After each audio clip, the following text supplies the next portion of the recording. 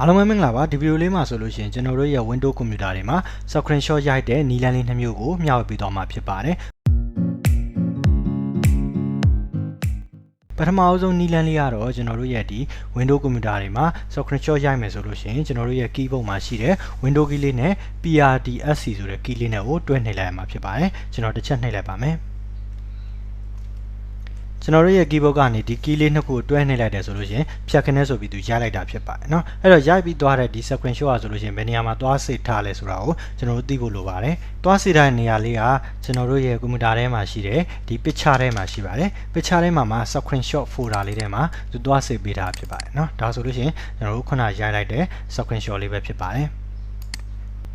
နောက်နည်းလမ်းလေးတစ်ခုကကျွန်တော်တို့ရဲ့ Windows ကွန်ပျူတာတွေမှာပါပြီးသားဖြစ်တဲ့ Snippet 2ကိုအသုံးပြုပြီးတော့ Screenshot ရိုက်မှာဖြစ်ပါတယ်အဲ့တော့ဒီမှာဆိုလို့ရှိရင်ကျွန်တော်တို့ Search box မှာသွားပြီးတော့ Snippet 2ဆိုပြီးရိုက်ရှာလိုက်ပါမယ် 𝑆𝑛𝑖𝑃𝑃𝑖𝑛𝑔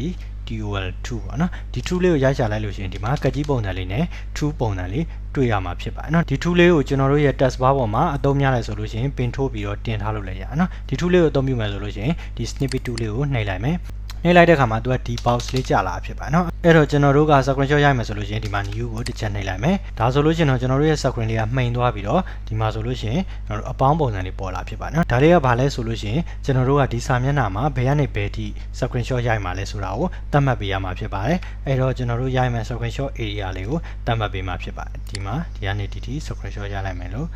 ယူလိုက်မယ်ပြီးရင်တော့ကျွန်တော်တို့ save မဲ့ file ပတ်လမ်းကြောင်းကိုရွေးပေးရမှာဖြစ်ပါတယ်เนาะပြီးရင်တော့ဒီပုံလေးရဲ့ name ကိုလည်းရွေးပေးရမှာဖြစ်ပါတယ်ဆေးရမယ့်နေရာလေးကတော့ဒီမှာ save စနစ်ဆိုပြီးရှိတယ်ဒါလေးကိုနှိပ်လိုက်မယ်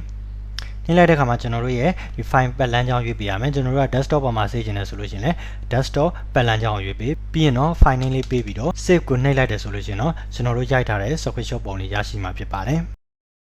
အဲ့တော့ကျွန်တော်အခုပြောပြပေးသွားတာတော့ကျွန်တော်တို့ရဲ့ Windows ကွန်ပျူတာတွေမှာ Screenshot ရိုက်လို့ရမယ်နည်းလမ်းလေး2မျိုးကိုမျှဝေပေးသွားတာဖြစ်ပါတယ်ဒီဗီဒီယိုလေးကိုအဆုံးထိကြည့်ပေးကြတဲ့အတွက်လည်းအားလုံးကိုကျေးဇူးထူးတင်ရှိပါတယ်နောက်ဗီဒီယိုတွေမှာပြန်လည်ဆုံတွေ့ကြပါမယ်